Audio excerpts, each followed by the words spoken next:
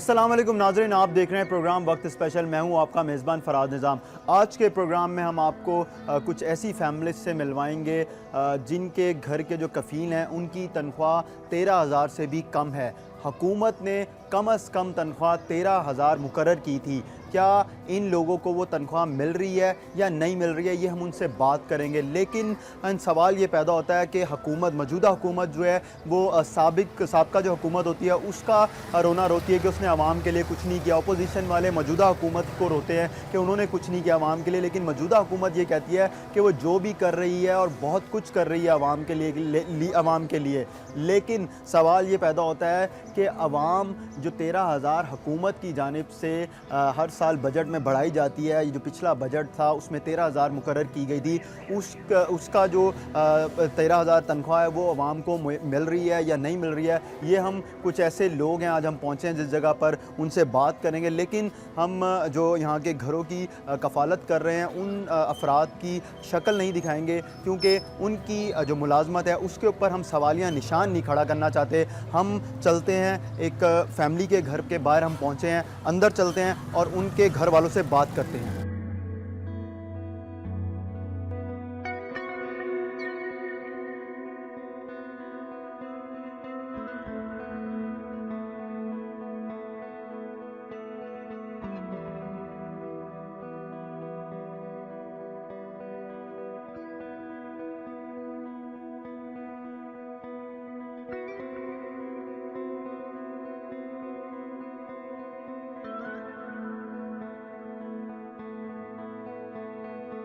नाज़रीन, मैं इस वक्त एक घर में मौजूद हूँ। फैमिली से हम बात करेंगे। जो फैमिली के कफ़ील हैं वो भी हमारे साथ मौजूद हैं। हम उनकी शक्ल तो नहीं दिखाएंगे, लेकिन हम बात ज़रूर करेंगे। उनकी जानिब से कहा गया है कि अगर वो किसी किस्म की भी कोई बात करते हैं, अगर किसी ने सुन ली जहाँ पर वो मुलाजमत करते हैं, तो इनके लिए जो है, इनकी मुलाजमत के लिए ख़तरा होगा। लेकिन हम इनसे बात ज़रूर करेंगे कि 13,000 रुपये तनख्वाह मुकर्रर की गई है। सवाल यही है हमारा, और अभी तक हमें कहीं जवाब नहीं मिल सका कि 13,000 जो तनख्वाह है उसमें किस तरह गुजारा हो रहा है। क्या हुक्मरान अनसोर हैं, उनको बिल्कुल ख्याल नहीं है आम आवाम गरीब तबके का कि उन्होंने जो 13,000 रुपये मुकर्रर किए हैं वो ना मिल रहे हैं, और उसमें गुजारा किस तरह हो रहा है, हम ये बात करते हैं। आप मुझे बताएं कि कितनी तनख्वाह है आपकी? मेरी 10,500 रुपये सैलरी है। कहाँ काम करते हैं? मैं प्राइवेट जॉब करता हूँ एक कंपनी में। तो उसमें मसलन के भी घर किराए, ये मकान भी मेरा किराए पे है, 2 बच्चे हैं, दोनों स्कूल पढ़ते हैं, और बिल वगैरह का सारा मेंटेन मैंने 10,500 में करना होता है। और बहुत मुश्किल होता है गुजारा। बाज़ दफ़ा ऐसा होता है कि आप जिधर काम करते हैं, आपने अपने जो मालिक हैं उनको नहीं बताया, या उन्होंने कभी आपसे नहीं कहा कि आप लोग जो तनख्वाह है वो थोड़ी है, या आप लोगों ने कभी कहा कि हुकूमत जो है उसने 13,000 रुपये मुकर्रर की है तो हमें जो है 13,000 नहीं मिल रही है? कई बार कहा उनको, लेकिन वो कहते ठीक है भाई, जहाँ पे आपको अच्छी मिलती है कर लें, हम तो यही देंगे, अगर आपने करनी है तो कर लें। तो किस तरह सिस्टम चलता है? बस अल्लाह का शुक्र, गुजारा कर लेते हैं। कभी बिल रोक लेते हैं, कभी हम राशन महीने का कम कर लेते हैं, इस तरह गुजारा करते हैं। बच्चों की फीस भी देनी, तो दोनों मेरे बेटे पढ़ते हैं स्कूल में। कौन कौन सी क्लास? ये 1 में, ये प्रेप में। तो इस तरह हमारा बस गुजारा अल्लाह का शुक्र है कि हो जाता है। लेकिन क्या करें, हुकूमत ने तो ऐलान किया हुआ 13,000 का, लेकिन हमें आज तक कभी उन्होंने नहीं बताया। कोई पूछता नहीं? कोई भी कभी किसी ने नहीं पूछा। ये बताएं कि ये जो घर आपका किराए पे है, कितने कमरे हैं? यही कमरा है जहाँ हम बैठे। एक ही कमरे में। कितना किराया देते हैं? 3500 रुपये किराया है, और हर साल 3500 किराया, और हर साल मालिक 500 रुपये बढ़ा देते हैं। तो अभी 3500 रुपये आप दे रहे हैं, तो 3500 जो आपकी 10,500 तनख्वाह उसमें से निकाल दे तो पीछे कितना बच जाता है? क्या पीछे आप देख लें, आपके सामने 5500 रुपये बचता सर। तो उसमें किस तरह गुजारा होता फिर? बस वही आपको मैंने बताया ना कि कभी पानी का बिल रोक लिया, कभी गैस का रोक लिया, इस तरह करते हैं। तो यहाँ तक कि हम ना कोई कमेटी डाल सकते हैं, ना अपना बनाने का सोच सकते हैं। ये तो हुकूमत को चाहिए ना हमारे साथ ताउन करें, या किसी तरह के तरीके से हमारे साथ ऑपरेट करें। गरीब आदमी का कैसे गुजारता है? आजकल महंगाई ऐसी है कि सब्जियाँ लेने जाओ वो हालात बहुत ख़राब हैं बाहर। आए दिन कोई ना कोई चीज़ बड़ी होती है महंगाई के दौर में। दुकानदार का आज इस महीने कुछ रेट होता है, और अगले मंथ लेने जाते हैं सामान कुछ रेट होता है। वो भी हम महीने का उधार लेके आते हैं, नकद ले नहीं सकते। तो महीने के महीने जो आप दुकानदार को उसके जो पैसे बनते हैं उतार देते हैं? हाँ जी, वो दे के फिर अगला नया राशन उठाना पड़ता है। वो भी कभी लेट हो जाए तो वो कह देता है भाई अगर इस दफ़ा लेट हुआ तो नहीं देंगे, क्योंकि हमारी सैलरी पे मालिक पैसे देंगे तो हम आगे देंगे ना दुकानदार को। कभी 5 तरीक, कभी 8, कभी 10 भी हो जाती है, तो मालिकों को पैसे नहीं मिलते पीछे से, वो हमें कहाँ से देंगे। तो कारोबार के हालात इस तरह के। ये आपकी बेगम है? जी। ये माइक पकड़ लें आप, माइक। अच्छा, ये बताएं कि जो ख़वातीन, उन लोगों को ज़्यादा पता होता है कि घर में सिस्टम किस तरह चलाना है, क्या चीज़ आनी है, क्या चीज़ किस तरह पैसे खर्चने हैं। तो आपके जो शोहर हैं उनकी तनख्वाह जो है 10,500 रुपये है। हाँ जी। 3500 जिसमें से आप लोग किराया दे देते हैं, फिर स्कूल बच्चे जो हैं आपके दोनों वो स्कूल जाते हैं, उनकी फ़ीसें जाती हैं, तो किस तरह सिस्टम चलाते हैं आप लोग? बड़ी मुश्किल से हमारा गुजारा होता है। बच्चों की फ़ीसें कभी हम लोग रोक भी लेते हैं, हम लोग राशन के पैसे भी रोक लेते हैं। 1 महीने का लेकर आते हैं और 1 महीने का हम लोग फिर उधार वापस कर देते हैं। बड़ी मुश्किल से हमारा गुजारा होता है। आए दिन महंगाई, आए दिन महंगाई। आलू का रेट, सब्ज़ी का रेट, हर चीज़ का रेट अलग ही है। अच्छा, ये बताएं कि जब कोई खुशी का त्यौहार आता है तो जाहिर सी बात है उसके लिए भी बच्चों के लिए पैसे चाहिए, बच्चों की तो लाजमी शॉपिंग होती है। और फिर ये होता है कि जो कमाने वाला शख्स है वो बेशक अपने लिए कुछ ले या ना ले, उसकी कोशिश होती है वो अपने बच्चों के लिए, बेगम के लिए जो है उनको अच्छे कपड़े पहनाए। और कोई शादी आ जाती है वो भी ज़रूरी होती है, कोई गमी है वो भी ज़रूरी है। तो ये चीज़ें भी साथ साथ लेके इंसान चलता है। कितनी को मुश्किलात आप लोगों को सामना करना पड़ता है? बस हम लोग कुछ शादियां अटेंड कर लेते हैं और कुछ हम लोग नहीं करते। वो हमारे हालात ही ऐसे हैं कि आए दिन महंगाई, आए दिन महंगाई होती है, तो हम लोग नहीं इतना अफोर्ड कर सकते, हम लोग इतना नहीं जाते। फिर मुश्किल भी होती है और रिश्तेदारी भी छोड़ नहीं सकते, तो गुजारा फिर ऐसे ही कर रहे हैं। तनख्वाह में गुजारा बिल्कुल भी नहीं हो रहा। हालांकि हुकूमत ने तो ऐलान किया है कि 13,000 है, लेकिन 13,000 है नहीं है, देते नहीं हैं वो लोग, बस बताते ही हैं कि 13,000 है। तो ये बताएं कि जिस तरह तनख्वाह जो है वो इतनी कम है, और ये देखने में सुनने में बहुत आता है कि घर में टेंशन जो माहौल होता है वो ज़्यादा होता है, जहाँ पर चीज़ें कम हों, क्योंकि हर टाइम जो होता है जाहिर सी बात है बच्चे भी होते हैं, आप हैं, आपके शोहर हैं, तो कुछ चीज़ें जो होती हैं उनमें कमी भी करनी पड़ती है। तो उस वक्त किस तरह अपने आप को आप लोग सामना करते हैं चीज़ों का? कर लेते हैं, अब गुजारा तो करना ही है, कर लेते हैं हम लोग।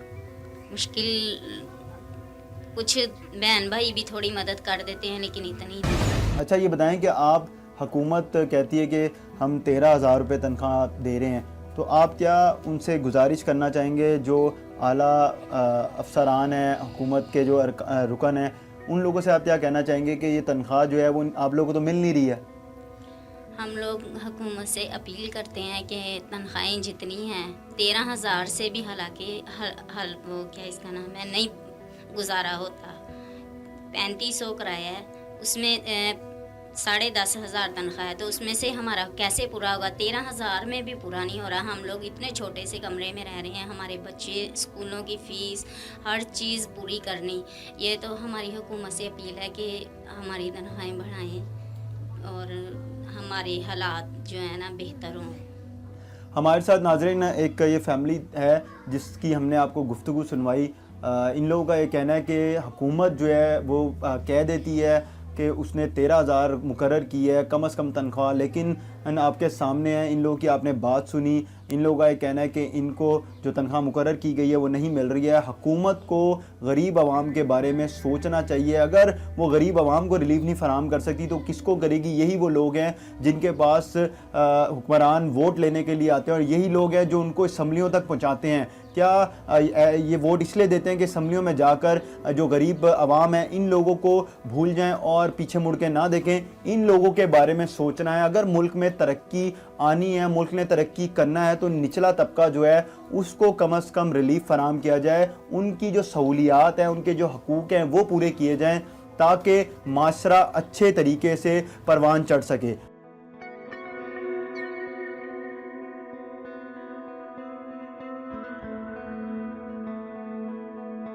नाज़रीन, मैं इस वक्त जिस फैमिली के घर में मौजूद हूँ उनके घर की मैं हालत दिखाऊंगा आपको। 10,500 पे ये शख्स कमाता है, लेकिन 3500 ये किराया देता है मालिक मकान को। ये जो जिस घर में रह रहा है मैं उसकी हालत दिखाता हूँ। ये सिर्फ एक कमरा है, ये छोटा सा, कि आप कदम रखें तो ये कमरा ख़त्म हो जाए। उसके बाद मैं आपको दिखाता हूँ कि इसमें कोई ऐसी चीज़ भी नहीं है कीमती इस कमरे में पड़ी हुई जिसके बारे में हम बात करें। बाहर एक ये जब कमरे से बाहर निकलें तो ये किचन है जिधर चूल्हा पड़ा हुआ है, जहाँ पर एक टाइम पे एक ही शख्स, एक ही फ़र्द खड़ा होकर यहाँ पर अपना काम कर सकता है। इसके साथ ही बिल्कुल ये वॉशरूम बना हुआ है और ये घर ख़त्म हो जाता है। इस घर का किराया 3500 रुपये है। आज के इस महंगाई के दौर में एक कमरा है ये, और ये अपने 2 बच्चों के साथ, अपनी बेगम के साथ यहाँ पर रहता है। 10,500 रुपये कमाता है। हुकूमत शायद सो रही है और अरसा दराज से ही सोती आ रही है। हुक्मरान जो है वो सिर्फ कह देते हैं, कागज़ों में दर्ज कर देते हैं कि 13,000 रुपये तनख्वाह मुकर्रर कर दी है। गरीब आवाम के लिए वो काम कर रहे हैं, उनको ज़्यादा से ज़्यादा सहूलियात फराहम कर रहे हैं, लेकिन ये तमाम तर चीज़ें इसके बरक्स हैं। हमने आपको ये घर जो दिखाया है ये एक मिसाल है। इससे आप अंदाज़ा लगा सकते हैं कि हुकूमत क्या कर रही है गरीब आवाम के लिए, जिनसे वो वोट लेती है। मज़ीद यहाँ पर ऐसे और भी घर हैं जो इसी तरह गुजारा कर रहे हैं। अगर किसी का किराया 3500 है तो यही एक कमरे का जो किराया, ऐसे लोग भी हैं जो 5-5 हज़ार भी दे रहे हैं। उनकी आमदनी जो है 8,000 या 9,000 है। हम चलते हैं कुछ और लोगों की तरफ जो यहाँ पर मौजूद हैं।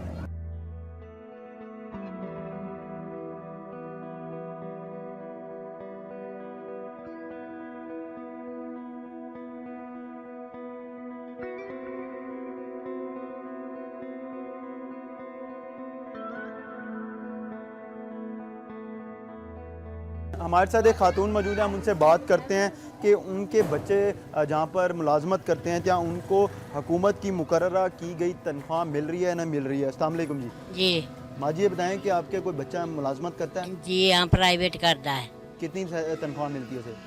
10,000 हमें तो देता है भाई, और पता नहीं। नहीं मिलती ही 10,000 रुपये। कभी बताया नहीं, दसिया नहीं, उन्होंने क्या 10 ही मिलती है मैनू, 10 अच्छा। कर दे तो किधर काम करता है वो? वो ये बुरश वाली कंपनी है। अच्छा। नाच करता है। तो हुकूमत तो ये कहती है कि उसने कम से कम कोई भी होगा जो भी शख्स है काम करने, मेहनत मजदूरी करने वाला, उसकी कहीं पे भी वो काम कर रहा है उधर उसको तनख्वाह जो है जो हुकूमत की जानिब से, सरकार की जानिब से मुकर्रर की गई 13,000 रुपये की गई है। हुकूमत तो बड़ा कुछ कहती। हुकूमत तो कहती है सब्जी जी 10 रुपए किलो बिकती थी वो आज 100 रुपए किलो है सब्जी। ये मंजी तो बैठे सारा दिन, वो मेरा नमासा है, वो हमारे पास आया था कि कहीं कोई नौकरी मिल जाएगी, या कुछ नहीं मिला, ये मंजी लगा के बैठा है। ये की बनता। और जब आपका एक बेटा उसको 10,000 रुपये मिलती है, इससे ज़्यादा नहीं मिलती। नहीं। हुकूमत ने 13,000 कहा हुआ है लेकिन वो नहीं मिलती। नहीं, मेरा खामन है तो वो कुल्फिया भेजता है, वो जो 2-4 कुछ आटा दाना हो जाता है। तो आप हुकूमत जो है उससे कोई दरख्वास्त करना चाहेंगी? भाई हम क्या करें, हुकूमत ना सुनती है, ना आज तक सुना है हुकूमत ने। हुकूमत की आंखें बंद नहीं है, इसको पता है कितनी महंगाई है, कहाँ कहाँ गरीब आदमी गुजारा कर रहा है। अब ये चरपाई पे बैठे पे ये वो क्या कमाता, क्या वो माँ बाप को देगा, क्या आप खाएगा, कपड़ा बनाएगा, क्या करेगा। सारा दिन में 100-200 बट लेता, वो तो चुन की मुनाफा आएगा। यही तुम सोच लो कि ये क्या हो रहा है। बिल्कुल। हुकूमत को क्या कहे, हुकूमत की कोई आंखें बंद है? सब जानती है हुकूमत। जब वोट लेने होते हैं सब आ जाते हैं, जब नौकरियां देंगे, ये करेंगे, वो करेंगे, जब खत्म हो जाते वोट कोई नहीं पूछता किसी को भी। नाज़रीन, ये हमारे साथ एक खातून मौजूद थी, इनका ये कहना है कि हुकूमत को सब कुछ नज़र आ रहा होता है लेकिन वो उसके बावजूद अपनी आंखें बंद कर लेती है। ये हुक्मरानों का सिर्फ़ और सिर्फ आज के अगर बात करें आज के दौर की, ये हुक्मरान ऐसे नहीं हैं। ये अरसा दराज से चलते आ रहे हैं, एक दूसरे को तनकीद का निशाना बनाते हैं और कहते हैं कि आवाम के लिए जो हुकूमतें हैं, हुक्मरान है, वो कुछ नहीं कर रहे। और हकीकत ये है कि कोई भी हुकूमत, कोई भी हुक्मरान कुछ नहीं कर रहा होता। जो नवाज़ शरीफ या शहबाज शरीफ, पंजाब के शहबाज शरीफ वज़ीर आला, खादिम आला हैं, अगर वो देख रहे हैं कि आवाम जो है उनकी जो गुफ्तगू है सुन रहे हैं, उनका आवाम का ये कहना है कि उनके जो बच्चे मुलाजमत कर रहे हैं उनको 10,000 रुपये से ऊपर तनख्वाह नहीं मिल रही है, जबकि जो हुकूमत है वो कहती है कि 13,000 रुपये हुकूमत ने मुकर्रर किए हैं तो सबको मिल रहे हैं। माजी क्या हाल है, ठीक है आप? हाँ जी। ये बताइएगा आपके कोई बच्चा वगैरह तनख्वाह वो मुलाजमत करता है? नहीं, कोई नहीं लवांदे, वोट ले जाते, फिर आवांगे मकान भी पक्के कर देंगे, तेरे बच्चे भी कम्मा ते ला के देवांगे। कोई भी नहीं काम करते, नौकरी नहीं मिलती? नहीं है, नौकरी नहीं दिंदे। क्यों? कहते नौकरियां नहीं है। नौकरियां नहीं है? हाँ।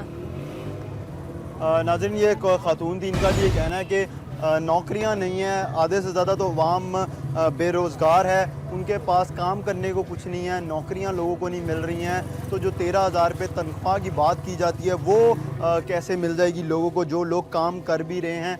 ये हुकूमत जो है, मौजूदा हुकूमत, उसके ऊपर सवालिया निशान है कि तमाम तर जो हुकूमतें हुक्मरान होते हैं वो एक दूसरे को तनकीद का निशाना बनाते हैं, लेकिन क्या मौजूदा हुकूमत की ये कारकर्दगी जो है सब देख रहे हैं, सबके सामने आवाम क्या कह रही है कि उनके जो बच्चे हैं वो मुलाजमत कर रहे हैं तो उनको तनख्वाह जो मुकर्रर की जाती है वो नहीं फराम की जा रही है। इसके अलावा लोगों के पास मुलाजमतें नहीं हैं, लोग दर बदर की ठोकरें खा रहे हैं मुलाजमत तलाश करने के लिए। बहुत से घर हैं जिनके चूल्हे बुझे हुए हैं क्योंकि उनके पास किसी किस्म का कोई रोज़गार नहीं है, मुलाजमतें नहीं हैं।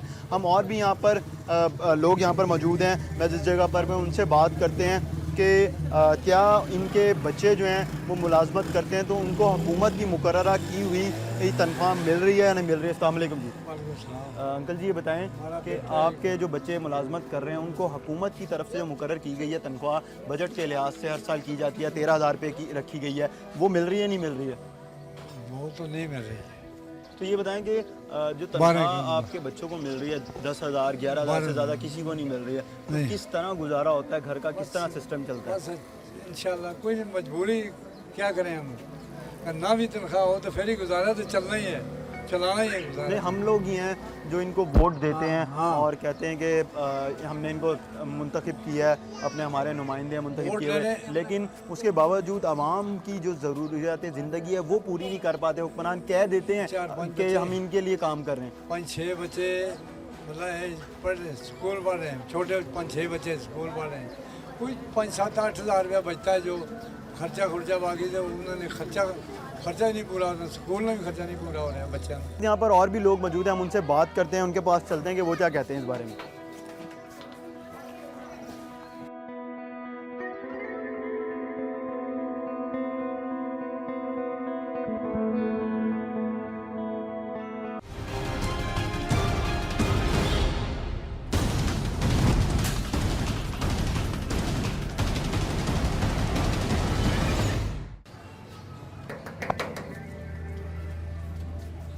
नाज़रीन, हमारे साथ एक और यहाँ पर हम जिस घर पर पहुँचे हैं फैमिली मौजूद है, हम इनसे बात करते हैं। क्या नाम है आपका? फरहान। ये बताओ कहाँ मुलाजमत करते हो आप? इधर बाहर गणेशों में। गढ़िया में? तो कितनी तनख्वाह मिलती है आपको? 13,000 कहते, 12-13, 9,000 मिलती है। 9,000 रुपये मिलती है, जी। जबकि तनख्वाह जो है वो तो 13,000 मुकर्रर की गई है हुकूमत की जानिब से। हुकूमत जाना, हुकूमत तो कुछ करती भी नहीं है ना, कुछ करे ना, आगे बोले ना, महंगाई गई है, किराए का कमरा है। किराए का कमरा ये? जी। तो गुजारा किस तरह होता है? गुजारा भी क्या करें। कितने घर वाले हैं आप लोग? तो 4। 4? जी। तो फिर किस तरह सिस्टम गुजारा होता है, किस तरह चलाते हैं घर का खर्चा? अब क्या करें, मजबूरी है ना, दिहाड़ी करके आते 300-400 रुपये दिहाड़ी है। अच्छा, जिस दिन नहीं मिलती तो फिर घर? जी। तो दिहाड़ी जो करते हो उसकी महीने बाद जो मुआवजा बनता है वो 9,000 रुपये बनता है? जी। थोड़ा नहीं है? नहीं, ये थोड़ा है। अभी तो इस हालात में तो 20-20 हज़ार रुपये तनख्वाह होनी चाहिए, बल्कि वो भी थोड़ी हो जाती है। वो भी थोड़ी है। 5-6-4 हज़ार रुपया किराया, बत्ती बिल का लदा। कितना किराया देते हो? 4,000। ये एक ही कमरे का, जिस तरह वो उधर सामने हमने एक फैमिली से बात की थी उसी तरह घर बना हुआ आपका जी। भी? हाँ जी। 4,000 रुपये मुख्तलिफ रेट हैं किराए के यहाँ जी। पे। ये आपकी वालदा है? मेरी आप आगे आ जाए। क्या हाल है आपका? ठीक है। अच्छा, ये बताइएगा कि ये आपका बेटा है 9,000 रुपये कमाता है, तो घर का खर्चा किस तरह गुजारा होता है? बहुत मुश्किल है, बहुत मुश्किल है। कुड़ी है, स्कूल पढ़ती है, माड़े अंक दी होती तो खा लेते, नहीं तो फिर ਚੁੱਪ ਕਰਕੇ ਬਹਿ ਜਾਂਦੇ ਆ। ਬਹੁਤ ਮੁਸ਼ਕਿਲ ਹੈ। ਬੱਤੀ ਗੈਸ ਸਾਡਾ ਪਹਿਲਾਂ ਤੇ ਅਸੀਂ ਹੁਣ ਪਟਾ ਦਿੱਤਾ ਹੈ। ਅਸੀਂ सिलेंडर इस्तेमाल करने हैं। तो किराया जो है 4,000 रुपये देते हाँ, हैं 4,000 एक ही कमरे का हाँ, घर है। एक ही कमरा है। तो मैं देख सकता हूँ कमरा? हाँ तो कितने लोग रहते हैं आप लोग? 4 लोग। 4 लोग रहते हैं। ये इधर से ही दिखा दें मुझे, हटा के कोई बात। नाजरीन, ये 4,000 रुपये ये इस कमरे का, एक कमरे का किराया देते हैं और 4,000 रुपये, 9,000 रुपये इनके बच्चे की, बेटे की तनख्वाह है। 4,000 रुपये जब ये किराया दे देते हैं तो पीछे 5,000 बचते हैं। 5,000 रुपये में इन्होंने गैस, बिजली, पानी, इन जो चीज़ों का बिल भी अदा करना है। इसके अलावा इन्होंने घर का ख़र्चा भी चलाना है और घर का ख़र्चा चलाना 5,000 रुपये में बहुत बहुत बहुत ज़्यादा मुश्किल है। कोई भी जो हुक्मरान है हमारे, वो देख रहे हैं अगर जो इन लोगों से वोट लेते हैं, क्या वो अपने घर का ख़र्चा 9,000 रुपये में चला सकते हैं या 10,000 रुपये में वो अपने घर का सिस्टम सारा चला सकते हैं, किचन चला सकते हैं? नहीं, उनकी गाड़ियों में पेट्रोल ही हज़ारों रुपए का डल जाता है।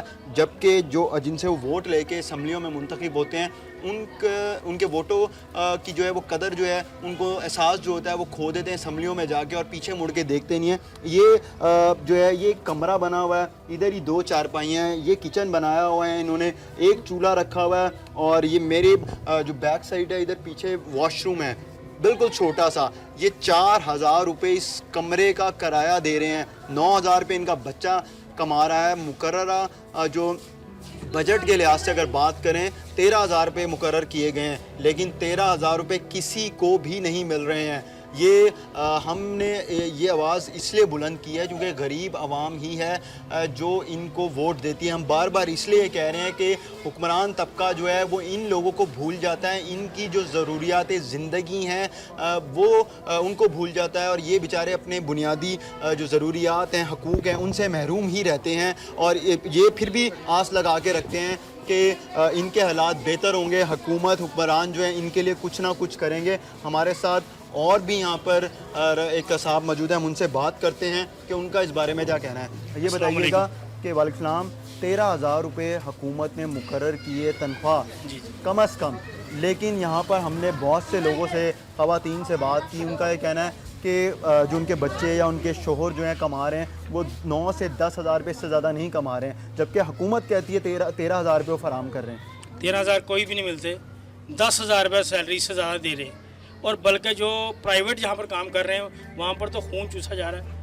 8,000 रुपये, 7,000 रुपये दिया जा रहा है। इससे मुतल्लिका इदारे भी बनाए गए हैं और वो कहते हैं हम लेकिन तो कार्रवाई कर रहे हैं, कोई सुनवाई नहीं है, कार्रवाई करते हैं लोगों के खिलाफ जो अपने एम्प्लॉयज़ को पैसे नहीं देते हैं। वो एक दफ़ा कार्रवाई होती है, उसके बाद जैसे ही वो दोबारा अपने काम पर जाता है बंदा, उसको निकाल कर बाहर खड़ा कर दिया जाता है कि भाई तुमने ये बयान शिकायत क्यों लगाई, शिकायत क्यों लगाई है। तो लिहाजा इस तरह के नहीं है। अगर सीएम साहब ने ये किया है ना कि 13,000 रुपये, इसका पीछा भी किया जाए कि आया कि 13,000 दे भी रहे हैं कि नहीं दे रहे।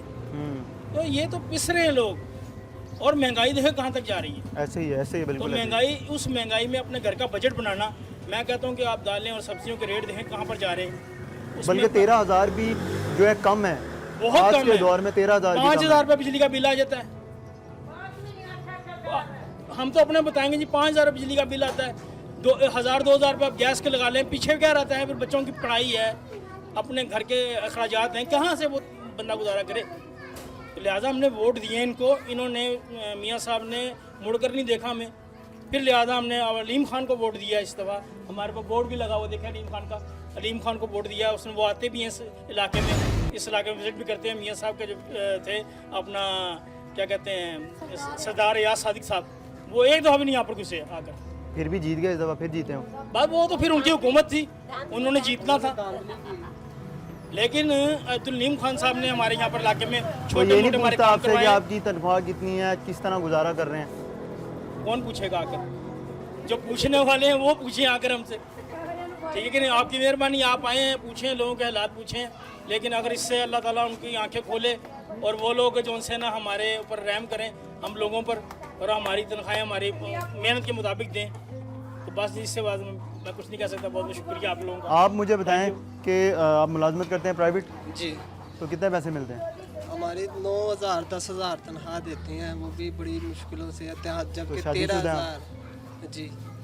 तो किस तरह गुजारा होता है? बस गुजारा कर लेते हैं बस खींच थ्रू के, बड़ी मुश्किलों से गुजारा करते हैं। तो आप क्या अपील करना चाहते हैं कि हुकूमत कागजी से कार्रवाई में तो ये कागजी जो लिखत पढ़त होती है उसमें तो उन्होंने लिख दिया हुआ है कि 13,000 रुपये मिल रही है, उसमें तो 13,000, जबकि वो 13,000 देते नहीं है, यही 9,000 10,000 मिलती है तनख्वाह, से वो बहुत मुश्किल से वो भी। स्टार्ट तो उन्होंने 6-7 हज़ार पर रखी है बेसिक पे। नाज़रीन ये हमारे साथ लोग मौजूद थे, इन्होंने ये कहा है कि पैसे जो हैं जो तनख्वाह मुकर्रर की गई है किसी को नहीं मिल रही है, महंगाई बहुत ज़्यादा है, 13,000 रुपये अगर मिलते भी तो उसमें भी इनका गुजारा बहुत मुश्किल था। ब्रेक की तरफ चलते हैं, ब्रेक से वापस आते हैं और हुकूमती जो इससे कंसर्न पर्सनस हैं, लोग हैं, उनका मौक़िफ़ जानने की कोशिश करेंगे, उनका मौक़िफ़ आपको सुनाएंगे। ब्रेक की तरफ चलते हैं।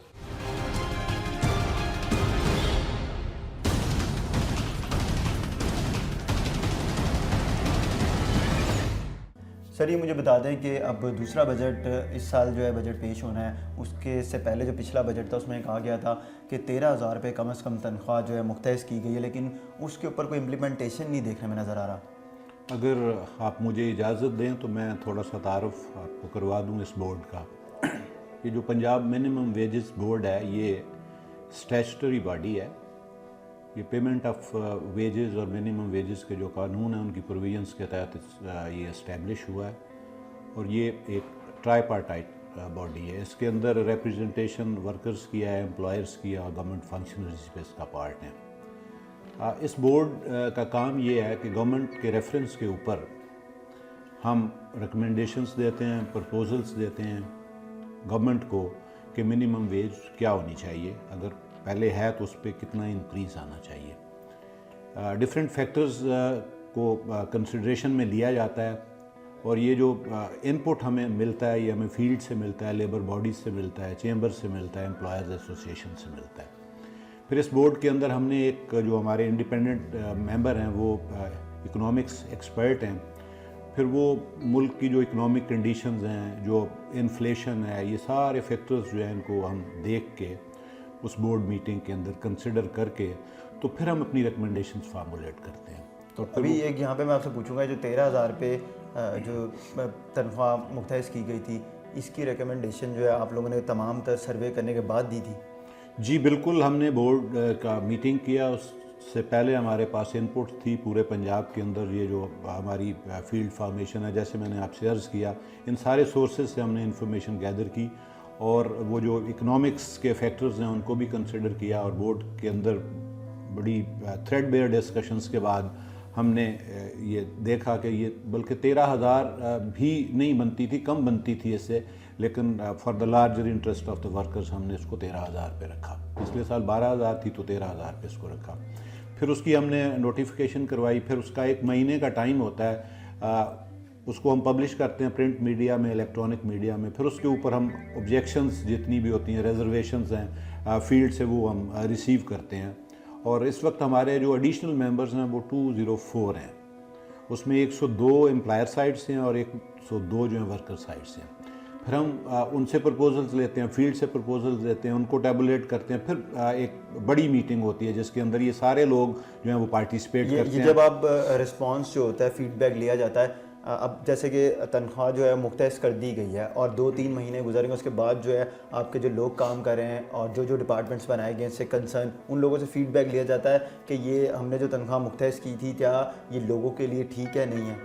ये जब पहली बोर्ड मीटिंग होती है उसकी जो प्रपोजल्स हैं ना, उसके अंदर उसकी गैजेट नोटिफिकेशन करवा के ना, तो फिर हम इस इंफॉर्मेशन को डिसेमिनेट करते हैं through electronic media, print media. फिर वो ऑब्जेक्शंस आती हैं, 1 महीने का हमारा टाइम होता है। 1 महीने के अंदर जितनी ऑब्जेक्शंस आती हैं उन सबको हम देखते हैं। फिर एक ओपन बोर्ड मीटिंग करते हैं जिसके अंदर सारे एडिशनल मेंबर्स भी पार्टिसिपेट करते हैं।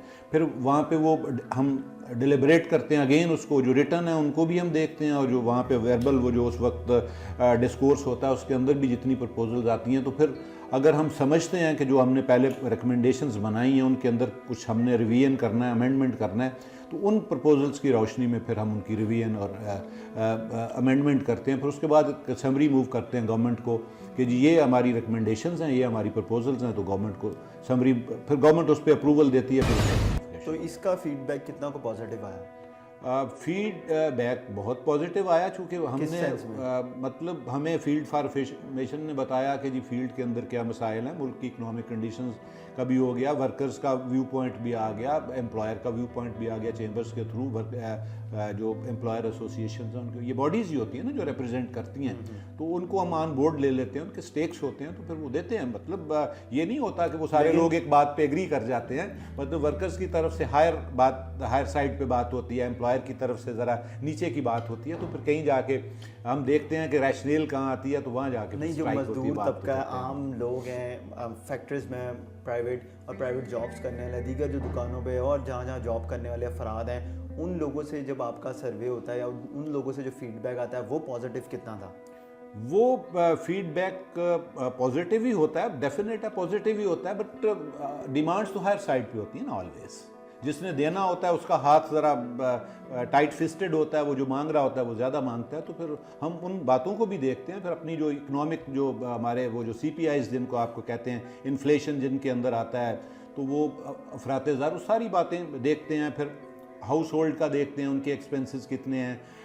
फिर जो कोई पावर्टी लाइन की डिटर्मिनेशन है उसको भी हम कंसिडर करते हैं, मतलब मुल्क के अंदर भी और जो इंटरनेशनल लेवल है। तो आप लोग रिकमेंड करते हैं, आपने कहा 13,000 रुपये हमने ज़्यादा कर दी थी, 13,000 इतनी बनती नहीं थी, तो क्या समझते हैं आप कि ये जो 13,000 रुपये आप लोगों ने तनख्वाह जो रिकमेंड की थी, गवर्नमेंट ने कहा कि जी अब कम अज़ कम जो है 13,000 रुपये होगी और उसके ऊपर इम्प्लीमेंटेशन भी होगा, लेकिन इम्प्लीमेंटेशन कहीं पे नज़र नहीं आया और लोगों को मिल भी नहीं रही है, और 13,000 रुपये में सिस्टम चल सकता है पूरे घर का?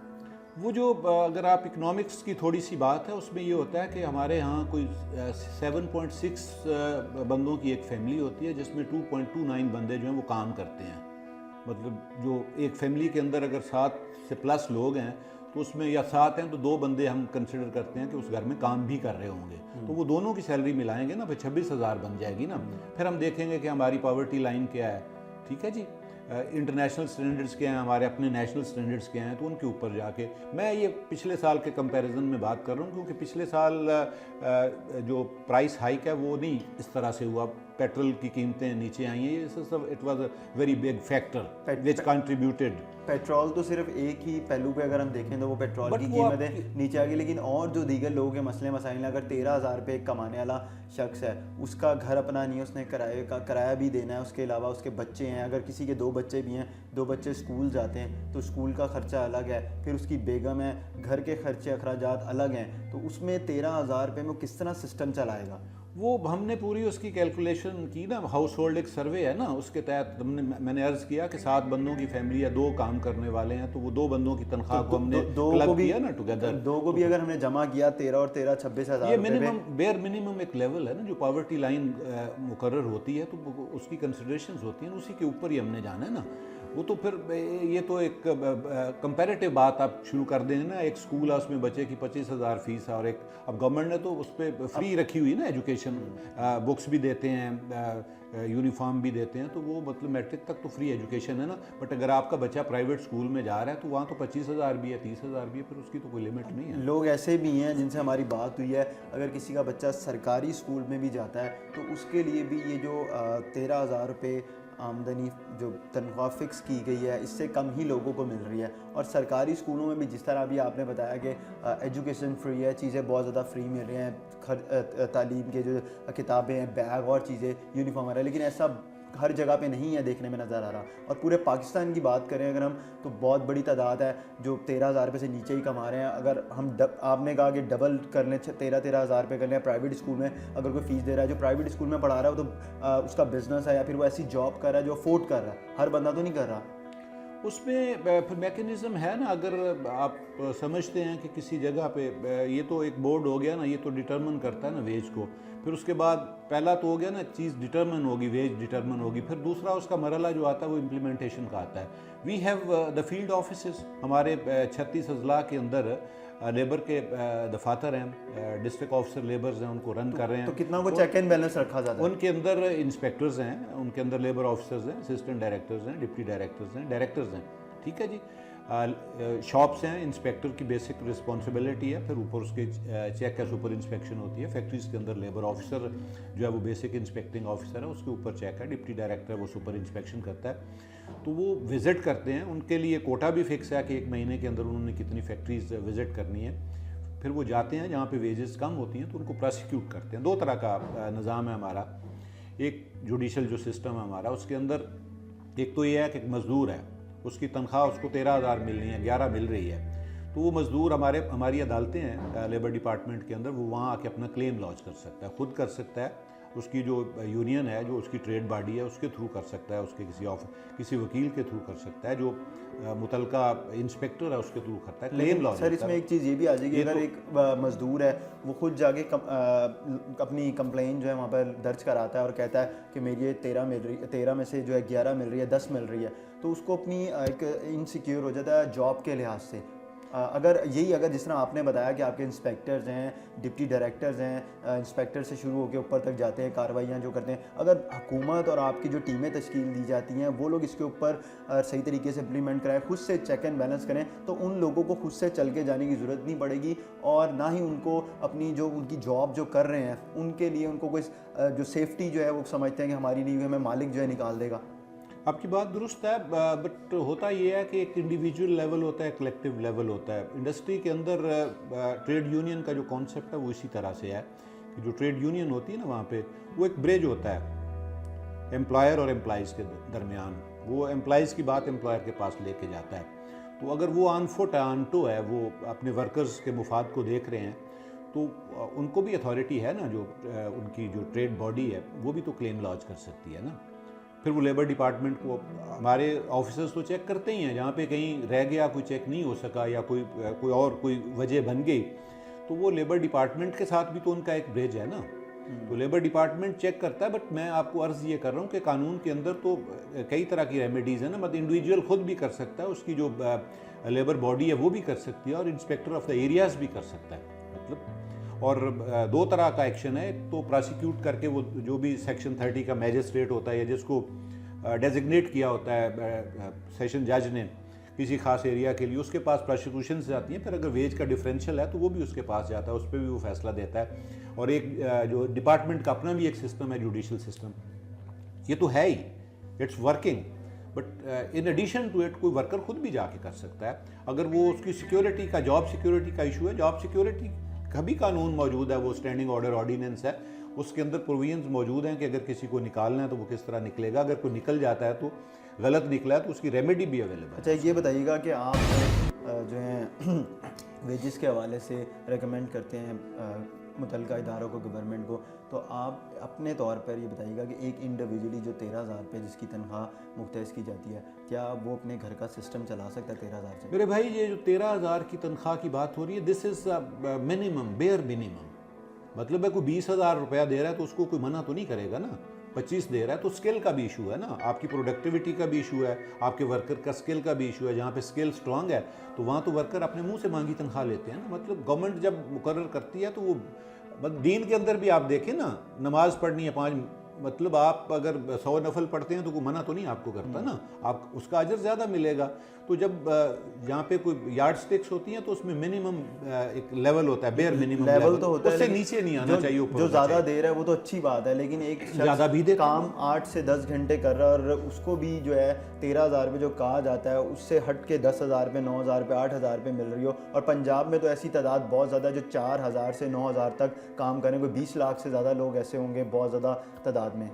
देखिए, कानून फैक्ट्री एक्ट है, शॉप्स एक्ट है, उसके अंदर जो वर्किंग आवर्स हैं वो डिटर्मन है। 8 घंटे आपने काम करना है। 8 घंटे से अगर कोई ज़्यादा काम ले रहा है तो वो या तो कानूनी तरीके से ले और उसकी जो पेमेंट है वो डबल करे, अदरवाइज़ तो वो इलीगल है ना। और उसकी भी रेमेडी मौजूद है, ठीक है। और उसकी भी एक लिमिट है, मतलब एक फैक्ट्री के अंदर एक मज़दूर काम करता है तो अगर मज़दूर की कॉन्सेंट भी शामिल है तब भी 150 घंटे वो साल में ओवर टाइम करता है, इससे ज़्यादा नहीं कर सकता। अच्छा, एक आखिरी सवाल ये मुझे बता दीजिएगा कि अब जिस तरह कुछ महीने ही रह गए हैं, बजट दोबारा से पेश होना है, तो उसके लिए आप लोगों ने दोबारा से, जाहिर सी बात है, मुतल्लिका इदारों को, हुकूमत को जो वेजिस के हवाले से कुछ ना कुछ तो बताएंगे अपना एक सर्वे करने के बाद कि इस दफ़ा कितनी को तनख्वाह जो है मुख्तस की जाए, तो क्या आप रिकमेंड करेंगे? नहीं, वो प्री हैंड बात कहना तो नहीं है। अभी हमारे बोर्ड की मीटिंग होगी, उसके अंदर हम बैठेंगे, उसके अंदर जो भी फैसला होगा, डिलिब्रेशंस होंगी, तो फिर हम देखेंगे कि 13,000 से ऊपर यही सारे फैक्टर्स जो मैंने बताए हैं आपको, इकोनॉमिक फैक्टर, फील्ड की इंफॉर्मेशन, ये सारा कुछ गार्नर करके हम तो उस बोर्ड की मीटिंग के अंदर फैसला किया जाएगा मेजॉरिटी के साथ, कंसेंसस के साथ। फिर अगेन वो जो फैसला होगा उसको फिर पब्लिक किया जाएगा। फिर हमारे जो 204 मेंबर्स हैं, फिर उनके लिए हम एक मीटिंग लेंगे, फिर उनका व्यू पॉइंट लेंगे, उसके बाद जाके फिर उसको तो ये है एक वैसे ही पूछना चाह रहा हूँ कि एक आइडिया रफली कि इस दफ़ा कितनी को फिर भी बढ़ने की उम्मीद है? अगर आप ये इकोनॉमिक फैक्टर्स देखें तो ये तो आप देख लें, पेट्रोल और कहीं ज़्यादा नीचे आया, फिर जो हमारी लोगों की जो स्टेपल फूड है, आटा है, वो भी सस्ता हुआ है, चावल भी सस्ता हुआ है, लेकिन इंशाल्लाह इसके ऊपर ही जाएगा, नीचे नहीं आएगा। नीचे तो जा नहीं सकता, मतलब रुकेगा भी नहीं, स्टेगनेंट भी नहीं होगा, इंशाल्लाह इसमें इम्प्रूवमेंट आएगी। नाज़रीन, हमारे साथ Ghulam Abbas Cheema, secretary minimum wages Punjab मौजूद थे। इनका ये कहना है कि अब जो बजट पेश किया जाएगा, वैसे पिछला जो बजट था उसमें 13,000 तनख्वाह जो मुख्तस की गई थी आम आदमी की, लेकिन इस दफ़ा उम्मीद तो ये की जा रही है कि मज़ीद बढ़ेगी, कम नहीं होगी। और हम भी उम्मीद करते हैं कि आम आदमी के लिए हुकूमत को और जो मुतल्लिका इदारे हैं उनको ज़्यादा से ज़्यादा काम करना चाहिए, और जो तनख्वाह मुख्तस की जाती है वो उनको मिलनी भी चाहिए।